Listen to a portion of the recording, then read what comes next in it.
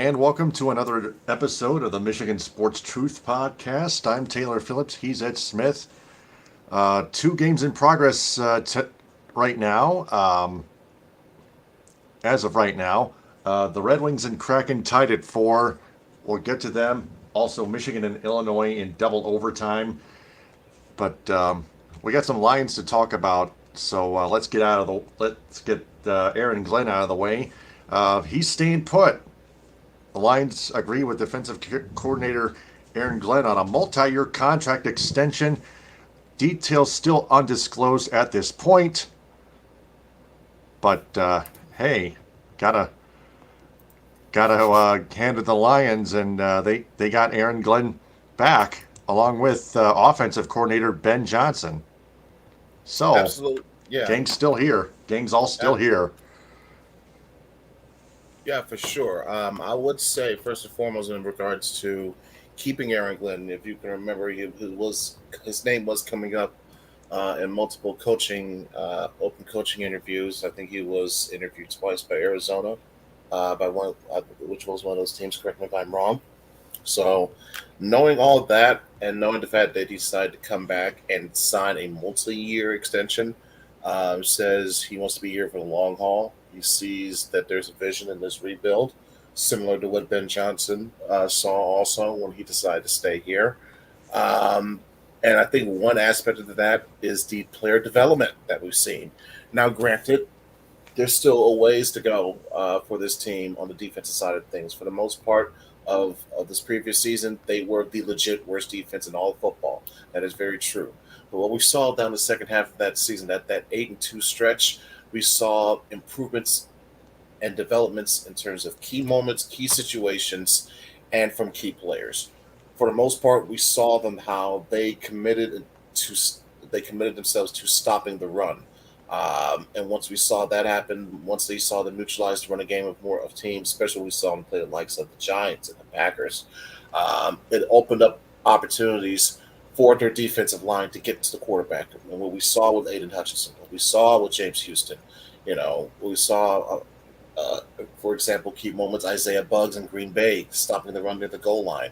That's an example of the player development that you saw with Aaron Glenn as your defensive coordinator. Now, granted, they did have to fire Aubrey Pleasant um, at the earlier portion of the year, but I think you can see uh, it was for good reason. It was in the midst of that 1-6 stretch, that 1-6 start, when the team was just completely god awful, and then once that got itself in the high gear, once that change happened, you saw how the rest of the team performed down the way. So the key development of that, obviously, the offense remained its usual self, but the defense showed development in key spots, moments, and situations with key players.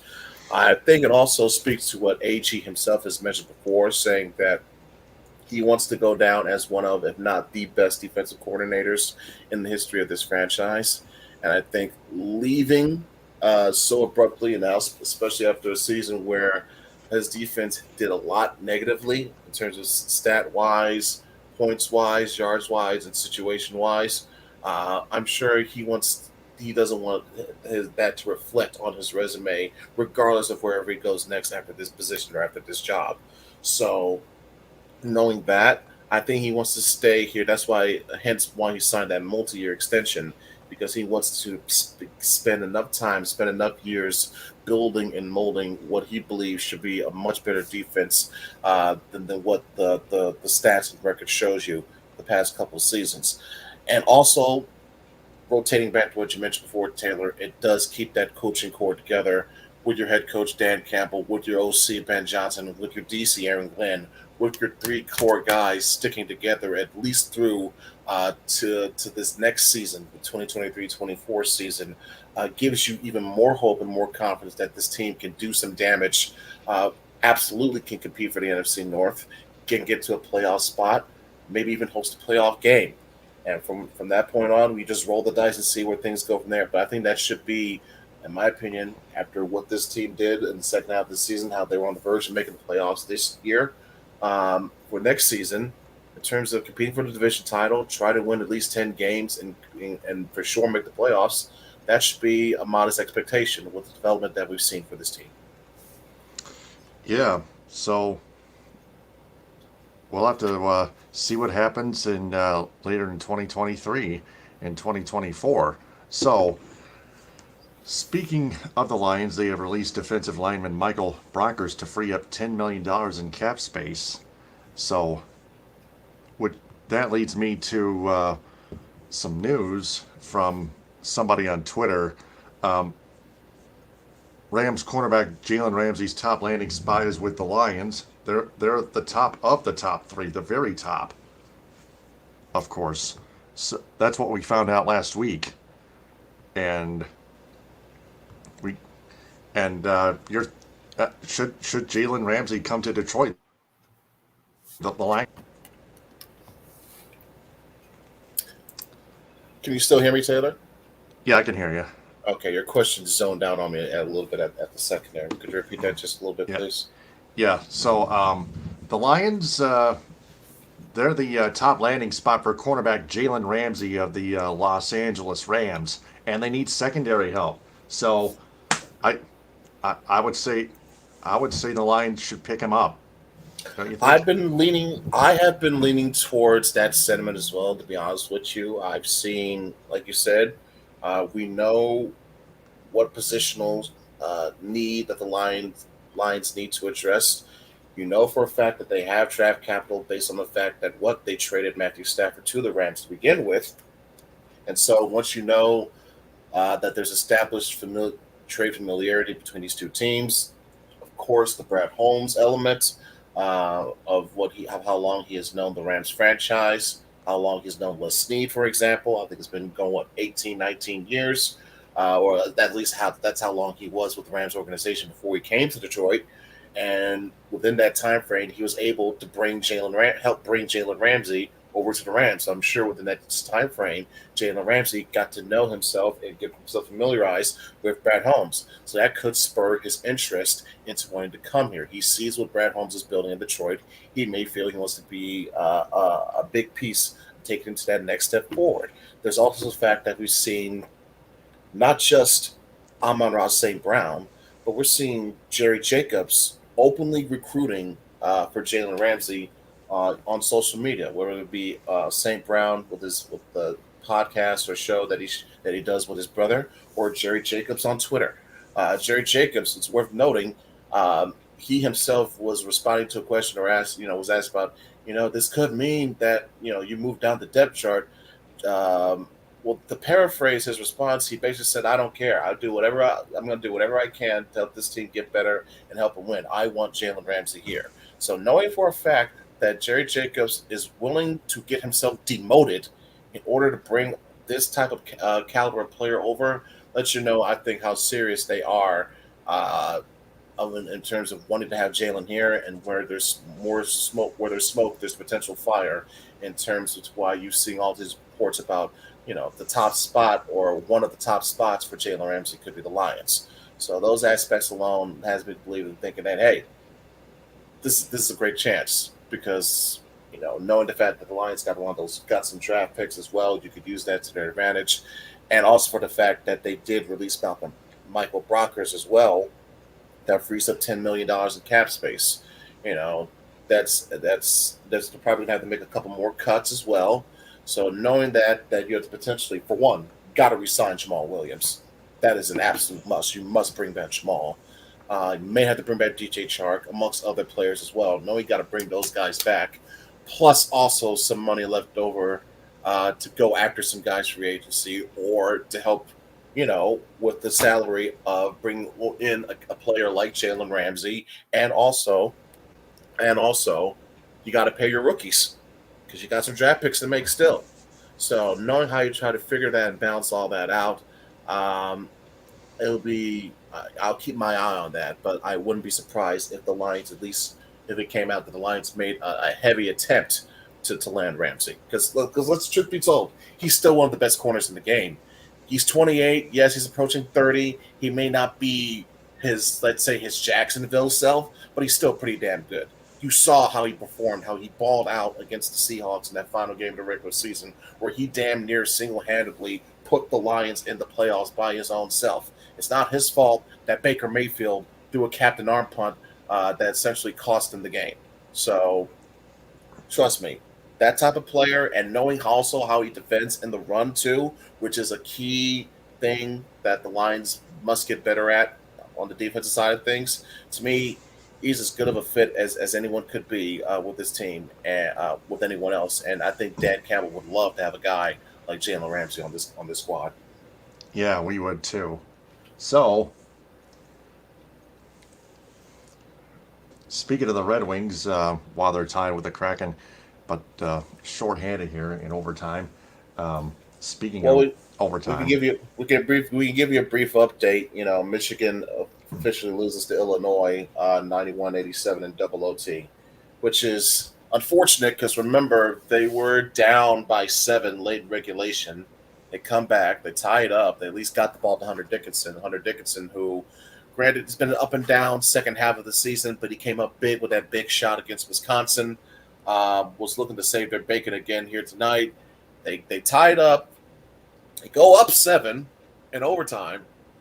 Then they blow that, and now they blow this game in double OT. So I don't know what the hell their bubble chances are at this point. You know, they screwed up against Wisconsin and Indiana the week before their little mini win streak. They had that terrible loss against Central Michigan. They've been too consistent all season long. It's been too little, too late for them to get this hot now. They've been bad on defense. Juwan Howard is going to have to do a major reevaluation on a couple of key aspects for this team for the offseason. And frankly, short of them going ape shit and running the table in the conference tournament, they're not making the big dance. No way. Absolutely not. no, especially And you for can't that lose to the Chippewas. No, and for that matter, Michigan State, they ain't so peachy keen themselves. But we'll get to them. You know, might as well get them out the way too. You know, while they had that great win against Nebraska, that loss against Iowa, inexcusable, completely and utterly inexcusable. Izzo choosing not to foul at that late end of game situation was, come on, you got to know, you got to be aware of what they're trying to do. You know, it's the same damn. You know. And if that comes down to the reason why they missed the tournament, that's on Izzo, man.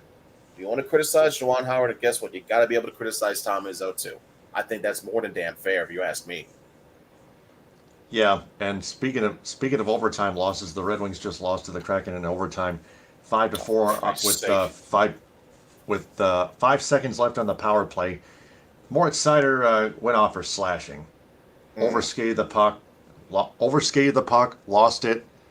Just lack of puck management. So that's 4 in a row. Yeah, at least. Yeah, the Red Wings did pick up a point, we needed. We're still in this. The Red Wings are still in this hunt. Guess what? That's 1 point out of a possible 8 that they've left on the table. Yeah, just one. Yeah.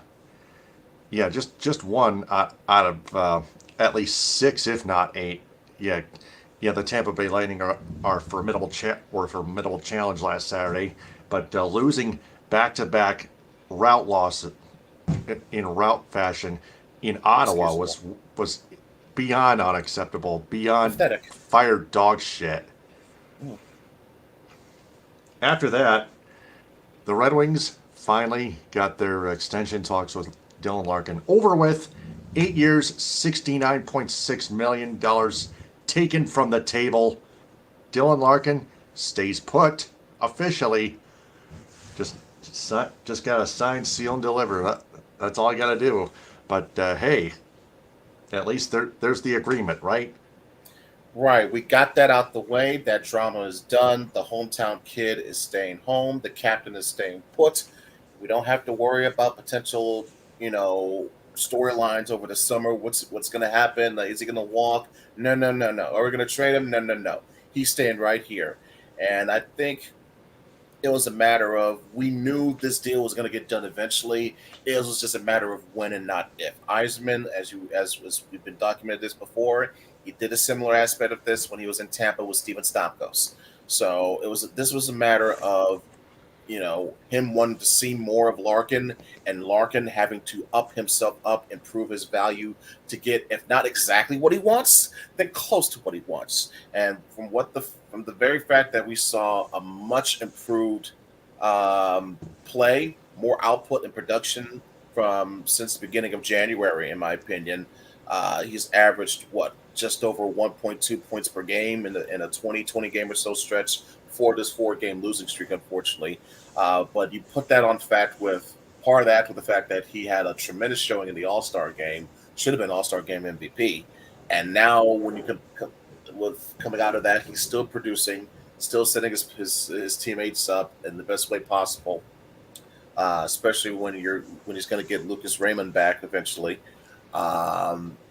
He's also approaching 30 goals scored for this season.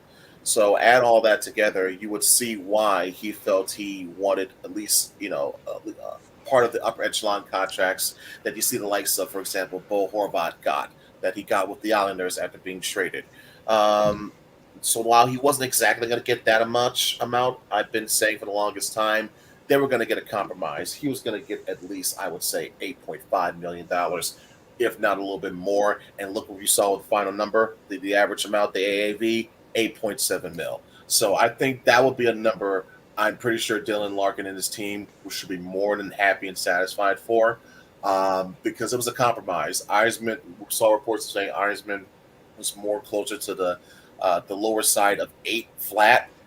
Larkin's camp wanted 9. They found a way to come in the middle. They compromised, I think, a little bit even more to the Larkin side of things. The fact that he got 8.7 AAV. So the fact that he got that, he showed that with his play. He more than just earned it, and it takes away an unnecessary tension point that could have exasperated into something more that the Wings and their fan base don't have to worry about. All right, well, they should worry about a couple other things. Filip Hronek, they traded him to the Vancouver Canucks, speaking of which, for a 2023 conditional first-round draft pick and second-round draft pick. Hronek was a good defenseman overall. He made mistakes throughout the course, but but he was having a bit of a career. He was having a bit of a resurgent year this year. Yeah, he has.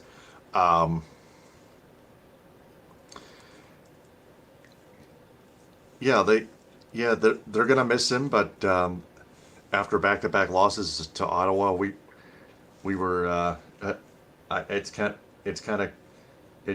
this just happened after the Larkin extension, so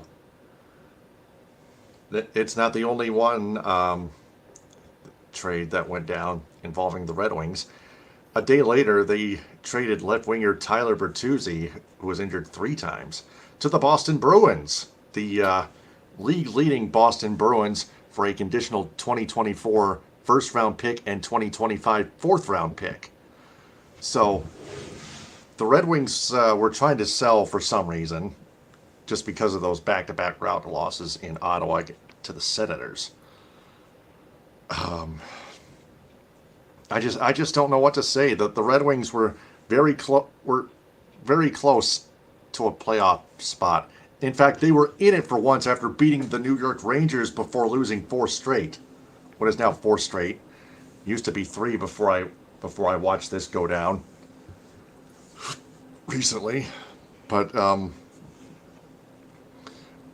have to check right now in the standings where the Red Wings are at, and they're still just 5 points away. But 4 teams separate the Red Wings and the Penguins. And it's all a 4-way tie for 66 points between the Sabres, Senators, Panthers, and Capitals. So, yeah, it's all 66 points. All 4 of them each have 66. But the Red Wings have 64, 7 points ahead of the Flyers, who are pretty much out of it now. Torts' Flyers. But I still think there's still time. Only 5 points back. The race is heat in the Eastern Conference wildcard standings is still heating up. The Red Wings must not give up. So now I'll check that. The Red Wings have 65 points after their because overtime loss to the Kraken. They got that 1 point since they lost in OT, so they got at least 1 point. Yeah, but I will say, Taylor, there's some aspects and elements to what you are saying is true. They shouldn't be too much in a position to where they're selling, because Oh, this comes off with moves that they did. It comes off as a sell, to giving up two important pieces in Hronek and Bertuzzi, especially Bertuzzi, knowing how well he played with Larkin on the same line. So that was I'm sure a little bit of a tough compromise for Larkin to see himself. Yeah, he got his money, he got his contract, but he also got the other side of aspect of the business. He got to see one of his buds get flipped to a different team. So knowing that these moves were done tells me a couple of things. We at least do have draft capital, picks, and future assets. We're stockpiling on them, but I don't think it's necessarily a given that Eisman is just going to use all these to draft, 18 and 19-year-old kids from Sweden or Europe or whatever the case may be, and just going to, just replicate what he did in Tampa, or what we see in other franchises in other leagues. I think we're going to see Eisman use some of those picks to potentially, move up to take someone, or use it in a trade in the offseason, or some form of compensation to make another deal with someone else. I just can't see that this being a firm we're rebuilding only through the draft. I just can't see that happening. So knowing that they're having to flip, but also knowing the fact that they likely weren't going to pay Hronek a long-term deal, and probably not even Bertuzzi either anyway, why not flip them for something instead of letting them walk away from you in the summer for nothing? So there's that aspect of my reaction. For one aspect of my reaction to that deals, but also there was a reason why they had to make these deals too. I think Eisman himself was mentioning when the team had their hot streak. I'm looking into it as aspect of whatever. Again, paraphrasing, but I think if it came down to it, he would not have minded being in a more buy mood, a buyer's mood, a buyer's mindset at the deadline. But knowing for the fact that we had this 3-game losing streak, listen, I grant you, two of those came against one team, and again coming in tonight, two of those was against one team, and one of those was against a team that is very strong. Tampa, again, is one of the best in the league, and any other team with the way the Wings played with their offensive shot selection, pressure, and everything, they likely win 6-2, or whatever the case may be. But the fact that Vasilevsky decided to turn into a vintage version of himself was the main reason why Tampa ended up winning that game 3-0. exactly. There was nothing else the Wings could have done except tip their hat to their opponent on that night. I get you. I grant you that. Right. But this shit right here that they saw in Ottawa, where they get just absolutely dominated. Essentially, you gave up a 12-3 margin in goals in 2 games played against the same team twice. That's the equivalent of getting blown out in games 1 and 2 or 3 and 4 in a playoff series by that same margin against the same team. And Especially when you're in a situation where you are still trying to dig for a playoff spot, and you get embarrassed not once but twice in two nights in a row by the same team that's catching up on you. Come on now, and you see how everyone else, especially Pittsburgh, is doing around you as well. This playoff spot is up for grabs, and you're willingly giving it away. So knowing that, I think Eisman took that as a sign. Listen, this team, we're making strides, we're making movement, we're making progress, we're making development, but we're not quite there yet.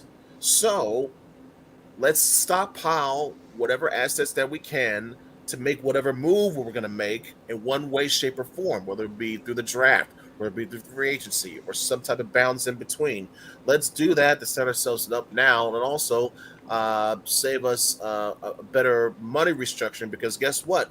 We don't have to worry about A, our captain leaving, and also B, it saves us from having to worry about whether or not we were, signing long-term deals with Hronek and Bertuzzi anyway, when likely one, if not both, we're not going to do it.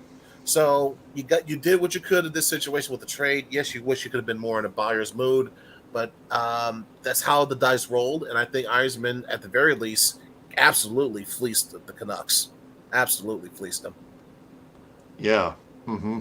So, yep, the Yeah, Yzerman took 2 draft picks away from the Vancouver Canucks. He was willing to give up defenseman Filip Hronek for them. I would say it was just like a different situation Yeah. than the Tyler Bertuzzi trade. Bertuzzi's good. Bertuzzi is good, but as good as he is, we don't Now, want is him today injury prone. was today the deadline, or is it tomorrow? I thought it I mentioned believe. it for Friday. Oh, it's tomorrow. That's tomorrow. Okay, That's so the Friday. Heisman may Still so time. listen, he may not be done yet. Okay, Jacob Verana, I will be very intrigued to see what happens with Jacob Verana tomorrow. Because listen, I mentioned weeks back that hey, do not be surprised if Heisman trades Bertuzzi. He traded Bertuzzi. Do not be surprised if he You trades nailed it. Verana. Just saying. Yeah, you nailed it, Ed. You nailed it. I mean, I'm not trying to pat myself on the back, but I just had a feeling that listen, and knowing for the fact that again there was potential matter we probably weren't going to repay these dudes. He was injury prone. Yeah, the injury prone, yes, but also the fact you weren't going to pay him, likely going to pay him that long term deal anyway. Why not get something for him instead of letting him walk for nothing? So that's 2 factors. Mm-hmm. Yep, so that is everything we've covered on another episode of the Michigan Sports Truth Podcast. Follow the Michigan Sports Truth Podcast on Twitter and Instagram at Michigan_Truth, like its Facebook page. Subscribe to its YouTube channel, the Michigan Sports Truth Podcast, and listen in audio form on Spreaker. Business shoutouts go to Cali Tickets, 877-225-8425 or CaliTickets.com. Cadillac Nutrition, download the Engage app to place an order for whatever you want. Energy teas, post-workout protein shakes, energy teas, iced or hot protein coffees, you name it. Creative embroidery of Cadillac for designing my Michigan Sports Truth Podcast logo on my long sleeve shirt and t-shirt over there. Both behind me. United Food Service Solutions of Grand Ledge, Michigan. The Edo Ramen House in Royal Oak, 248-556-5775 or EdoRamenHouse.com. Also follow them on Instagram at Edo Ramen House and like their Facebook page as well. They are rated Detroit's best Japanese restaurant for consecutive years. Stop by to place an order. You'll love their sushi and Kamayan feast. The Red Ox Tavern in Auburn Hills, Cuts by Melanie in Lake City, where I get my haircuts, and Yin Yoga and Fitness in Traverse City. For Ed Smith, I'm Taylor Phillips. We'll talk to you sometime next week. TTFN, ta-ta for now. Power to the people, him with a hind. Take care, guys. Be safe. Mm-hmm.